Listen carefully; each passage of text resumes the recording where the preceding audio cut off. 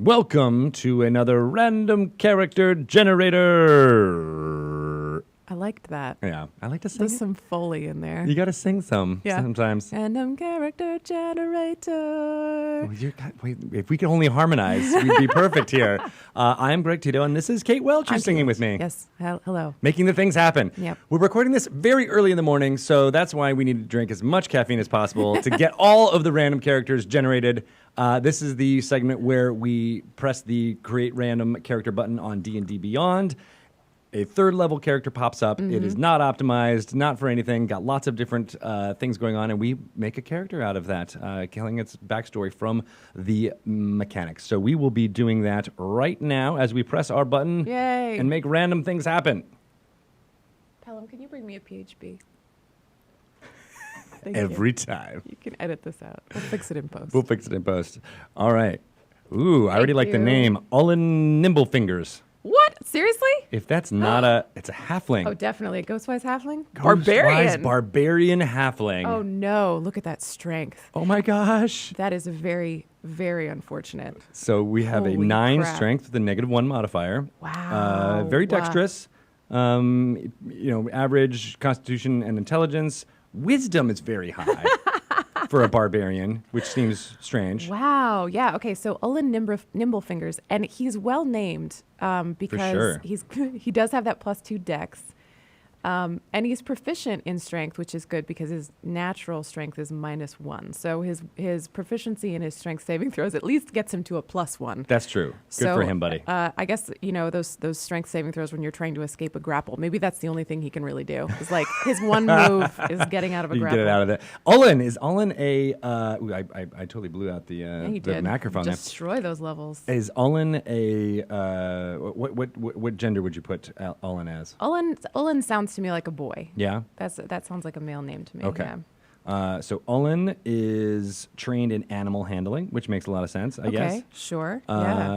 Athletics, to make up for the lack of strength. Yeah, you got it. He's working hard. He's very intimidating as a ghost-wise halfling barbarian. Yep. He's got proficiency in that and survival. Okay. All right. So this sounds like he spends a lot of time out in the wilderness with animals. The survival and the animal handling makes me think that this is a barbarian who is very in touch with his animal soul, right? Whatever that is. So I think there's a barbarian path that has to do with the aspect of the beast. So that doesn't come until 6th level, but maybe this is something that he is aiming for. Mm-hmm. It's like he has attuned very closely with an animal in his vicinity, this Ghostwise halfling. I like that. And Ghostwise halflings, if I'm not mistaken, are the kind of the stealthy ones. Yeah, right? So Ghostwise halflings trace their ancestry back to a war among halfling tribes that sent their ancestors into flight from Lurien. Okay. Where is this? They are, they're clannish and mistrustful. They're pretty rare. Their wisdom score increases by 1. Oh, and they can speak telepathically to any creature within 30 feet of you. Wow, that's pretty cool. So this is a telepathic little barbarian and can speak to any creature as long as they speak the same language. So perhaps this is, what languages do we speak here? All right, going back to Olin. Olin has telepathy as a language. Yep, that's it. That's his Ghostwise thing. Common, halfling, and telepathy. So he can't talk to animals as such. But I imagine that Olin does use his telepathy to try to talk to animals a lot. And they don't share a language. But maybe this is why he's spending so much time in the forest, is because he's trying his darndest to learn how to speak animal languages. Oh, all right. I like that.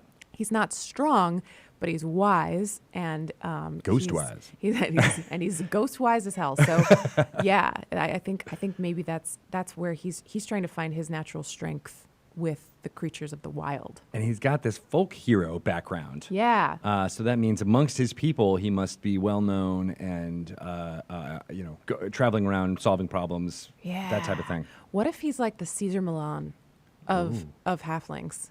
Like his whole deal is that if you've got like a misbehaving pet or member of your livestock family, you call in Olin Nimblefingers. Olin Ninglefingers. Ninglefingers. Ningle. And he will, and that has risen him to folk hero status. He's a local legend because you've got a misbehaving dog. This guy's going to come in and soothe that creature. Okay. All right. But now looking more at these barbarian features that he's got, Primal Path. Oh, he's doing Primal Path. Okay. Yeah. So Primal Path, Or Path he has of the chosen Zealot. Path of the Berserker. It looks like it says Path of the Zealot. Oh, though. he's Path of the Zealot. Oh, Yeah. shoot. Okay.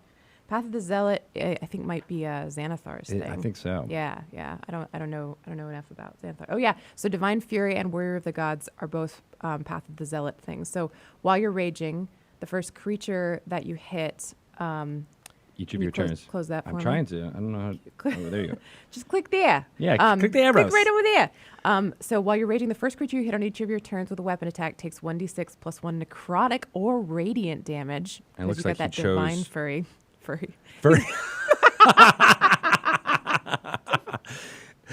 Is Olin Nimblefingers a divine furry? A divine furry. This is. Yeah, I mean this goes with what we've already described, right? Like, Yeah. But he has chosen necrotic damage, so he's a necrotic furry. Right, he's an incredible. He's very evil, Yeah. purpley, damage dealing. And a warrior of the gods, if a spell to restore your life is cast, the caster doesn't need material components for that spell. I like that, I guess, as a thing, but at least in my games, we don't really worry too much about material components. Yeah, if you've got a spell focus or Yeah, arcane focus, most of the time that deals with that. Yeah, and unless it's like for resurrection, you need like a diamond that's worth at least 500 gold pieces or whatever it is. That is the kind of thing where, you need that in order to cast your spell. But for most other things, the material components don't really figure into it. Yeah, it's so. more thematic. It more Yeah. feels like, okay, these are blessed by the gods. Or Yeah. Olin Nimblefingers is blessed by the gods Yes. enough that he does not need all of that. I wonder why do you think he went with necrotic damage? Yeah, that's an interesting, because all of what we've been talking about is very much about saving and bringing back to Yeah. life. Yeah. And Ghostwise itself feels at least in touch with is it Ghostwise just that they're silent and stealthy, or is it Well, no. Ghostwise in that they have a connection to the undead? Neither. The Ghostwise, I thought it was a stealthy thing, but it's actually, I was thinking about Lightfoot, I believe. The Ghostwise halflings are just these like strange, rare halflings. They they select a natural landmark as the center of their territory, and they carry a piece of that landmark with them at all times. Ooh, cool. And clan warriors known as night gliders bond with giant owls and ride them. So maybe this is what our Olin Nimblefingers is aiming for, is that he is attempting to bond with a giant owl somewhere. But they're ghostwise because they can communicate telepathically. I think that's the mechanical thing. That makes sense. I love the idea of riding an owl. A giant owl? Right? Yes. Okay. So this is definitely what he's about. And maybe there's some connection between his affinity for necrotic damage and his love of these like night creatures. Necrosis, let's see, necrotic damage is like decay, right? Yeah.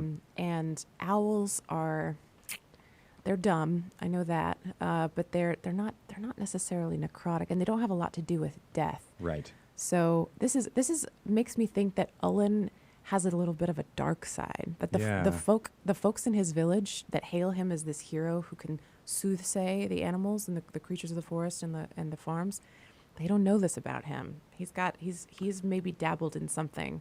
He's in touch with some dark deity, Right. who he has started to gain favor from, which is this divine necrotic furry that he has.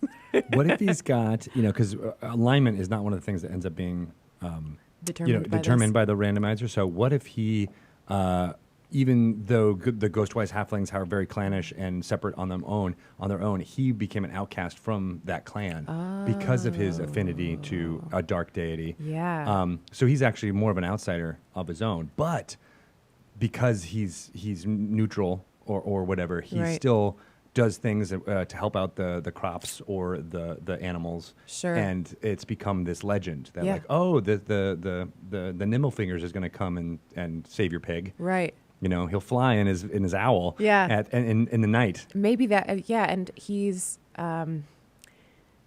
maybe every step he takes toward soothing an animal and being a helpful member of society, not only can it sort of disguises his dark dealings, right, in this guise of a folk hero, but every animal that he deals with, maybe he's learning more about the wild and the way that animals communicate with each other, because he has decided that the only way he can earn his spot as an owl rider is to truly understand nature in its fullest. Yeah. And maybe that's a requirement, maybe it isn't, but it's what he has taken onto himself as his responsibility. So every animal that he gets to work with, it sort of makes him feel like he deserves this role as the night rider. Right. Right. But night rider. I like that. I think that's what it said. Yeah. It's Yeah. like the clan night riders. Night gliders. Night gliders. But That's I like what it night was. riders Yeah, too. Night Like Riders, it's Michael good. Knight, and then his owl is named Kit. Yeah, of course. It's Yeah. got red eyes. Uh-huh. Goes back and forth.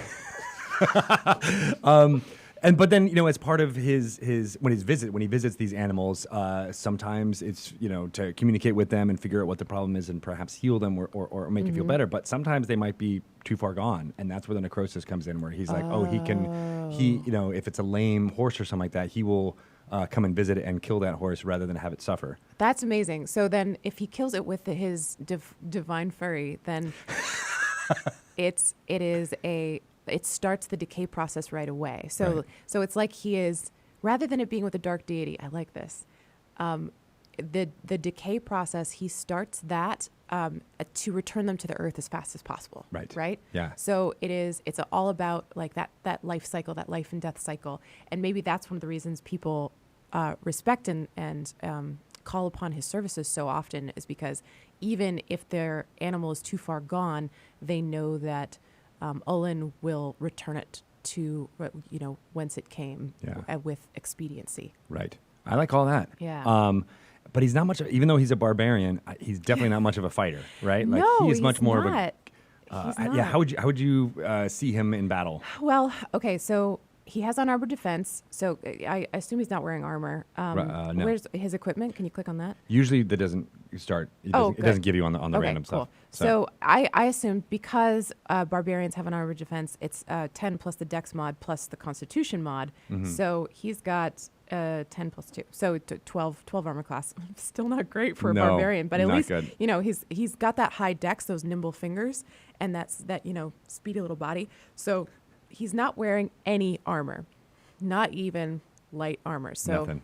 he is this little ghostwise. I always think of ghostwise halflings as being very, very pale. So almost like a oh gosh, what's the term for when a creature is completely white without melanin? Albino. Yeah.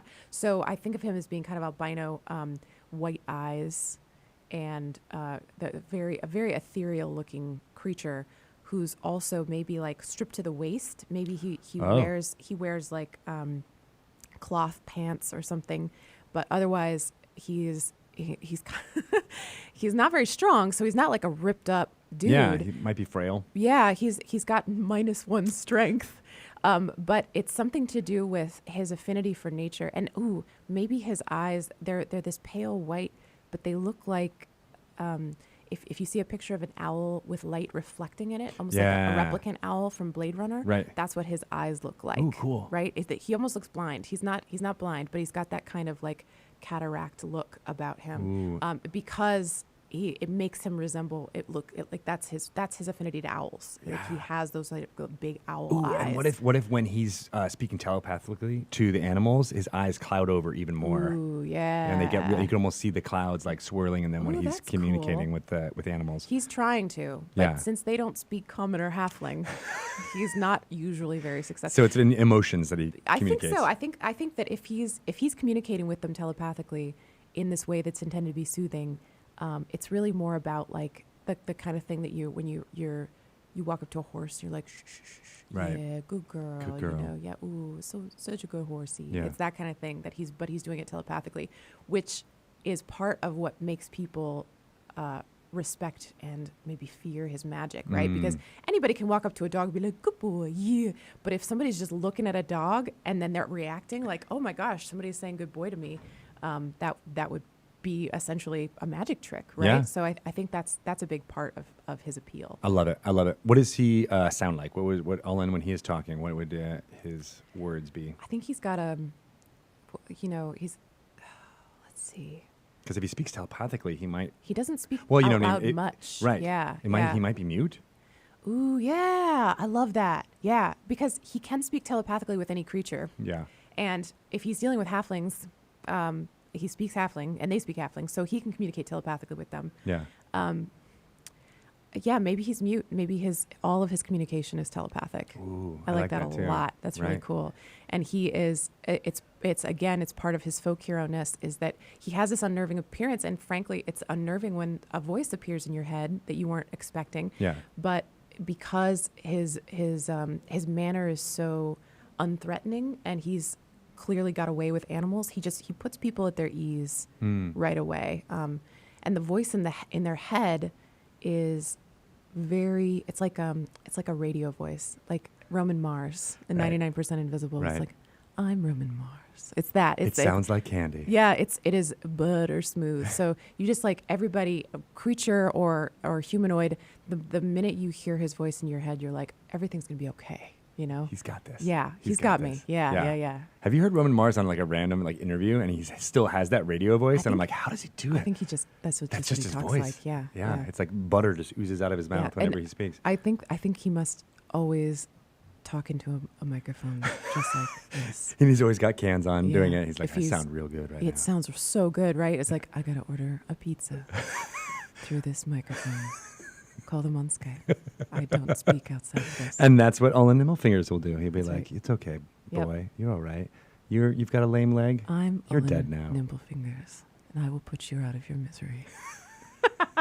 You will be nutrients for new crops that will feed thousands of little halflings from years to come. Yeah, I bet he is a life and death cycle unto himself, right? So he is, but he's soothing. He makes people feel better about death.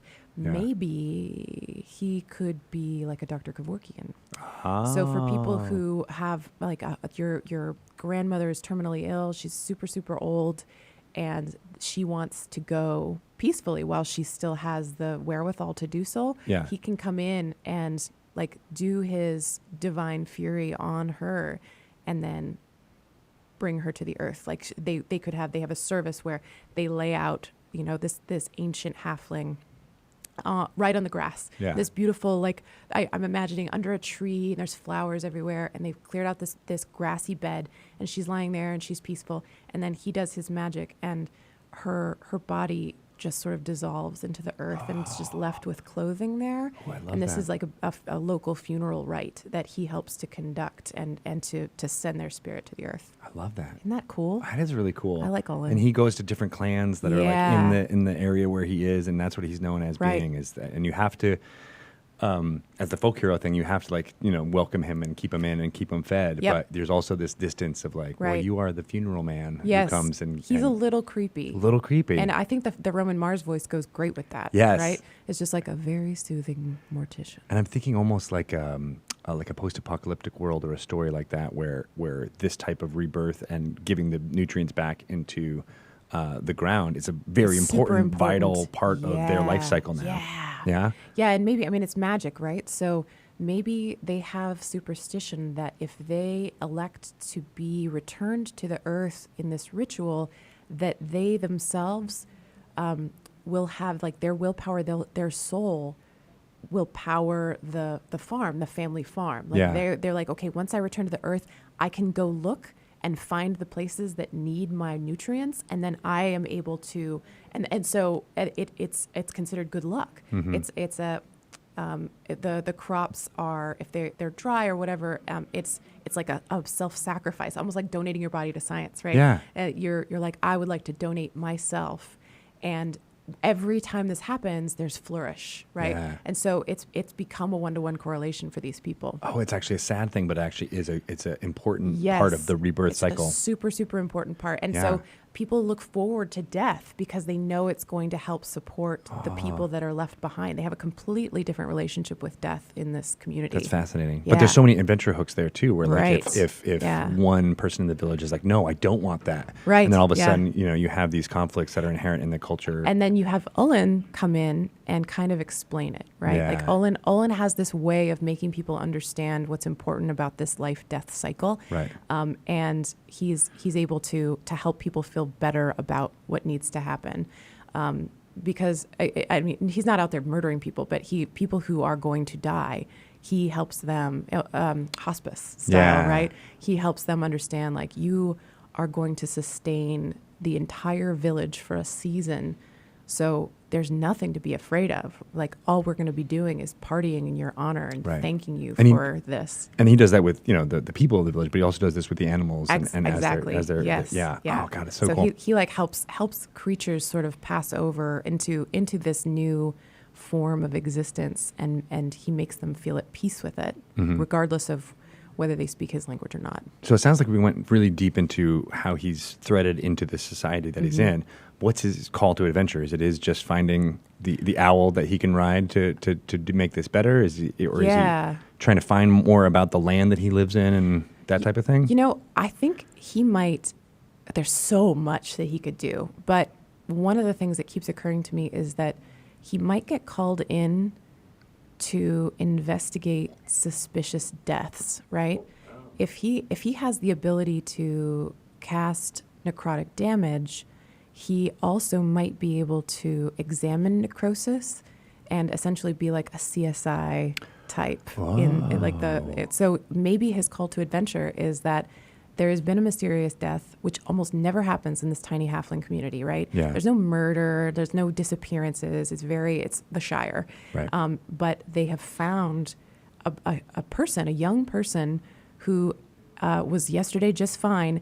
They've discovered them dead, and the necrotic energy, they at first think, what did Ulin do this, right? Because this is the same kind of decay we see him and his magic perform. Oh God, what a great story. But he didn't. And so he's the only one who can maybe look at it and try to find clues and follow where they take him in order to figure out what kind of magic did this, who's responsible for this death. Awesome. All right, so let's get our summary of what Ulin Nimblefingers is all about. Okay. All right. You want to do it or should I? You do it. Okay. So he is a ghostwise halfling barbarian, meaning that he is a neutral being in this community, a little bit outcast because of his strange appearance, his cloudy eyes, the ability to telepathically communicate with any creature near him, and has a status amongst the villagers as the bringer of death, the funeral rites, in which he just bestows upon them a necrotic death based on his affinity to a deity, did we say? It could be, yeah. It could but be I think more of nature itself. Yeah, I think because he's so attuned to that life-death cycle Right. that the necrotic damage doesn't have anything to do with an evil deity. It's just his way of bringing death in a peaceful way that makes sense. Right. Just And like then natural decay. For all the creatures that he bestows this upon, their nutrients go back into the soil and Yep. immediately enrich it. And Yep. his appearance is lauded by the villagers when he does come, but at the same time, they don't want him hanging out all the time. So he's a nomadic kind of person around different Yeah. clans and different areas. Exactly. And this is happening. Right. He may at one time want to find an owl that he can ride to make Right. this a little bit better, which will increase his legend. Yep. He's a bit intimidating, not much of a battler. No, I think it's a strange choice that he went into the barbarian thing, except for the fact that he would want to be closer to beasts. Yeah. Like that is his path. He's not there yet as a 6th level thing. Right. But that's his aim is like, I know that my barbarian self, I know that there's a spirit inside me that's primal and feels like a creature. And so Yeah. I want to follow that, right? Even though I'm not a very strong person. And he's very pale and frail in his appearance, wearing mostly homespun linens, maybe not even a shirt. Right. And his eyes are clouded over in general. Yep, and mute. And mute, does Yep. not speak. Right. And only speaks telepathically. And when it is telepathically, it sounds like Roman Mars in your head. Exactly. Yeah. Yeah. And he's Dr. Death, and he ushers people onto the other side, which is because of his ritual practice has become something that is a celebration. Right. And people look forward to being able to nourish and protect people after death. And everyone's death serves a purpose. And for him, yeah, right, the circle of life is extremely important. Mm-hmm. But there's many hooks that can come up. Say if someone unbalances this cycle, he will be the person who will want to investigate and find it and perhaps recruit adventurers to help him out. Exactly. Yeah. All right. Dude, I love him. I like I Olin. want to play him. I want to play him too. Yeah. Right? Or This even is as so an good. NPC, right? Yeah, Like, how great would it be? That's what we keep doing with these sheets, right? Is we're providing them so people can use them as NPCs in their Exactly. game. But man, this one's a good PC. I really, really like him. Cool. Yeah. All right. Well, we will, as always, make this link available in our show notes. You will be able to access this character sheet and maybe use some of the backstory that we've come up for Olin Nimblefingers. Yay! Thanks, Kate. I love this segment. I do This is so too. much fun. I love how every single time we're like, ooh, there's a lot of numbers, and then it ends up being this really intricate storyline. Totally, yeah. And this is the random character generator on D&D Beyond. It's just perfect for this kind of thing. I don't know, like I always thought it was just kind of a goof, like who would want to use a random character generator? But being able to do these segments with you and see the story that emerges from these numbers is awesome. It reminds me of like long form improv comedy. Yeah. Right? Where they're like, here's a seed. Doesn't really, who knows if it's going to be a good thing, but what's created from it is bigger than where we started. Exactly. Yeah.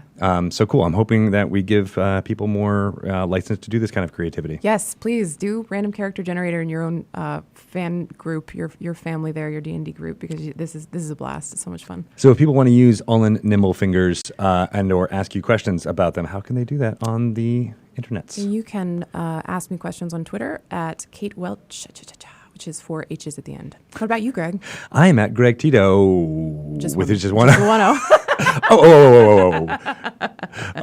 And yeah, awesome. Thanks, Kate. Thanks, Greg. Bye. Bye.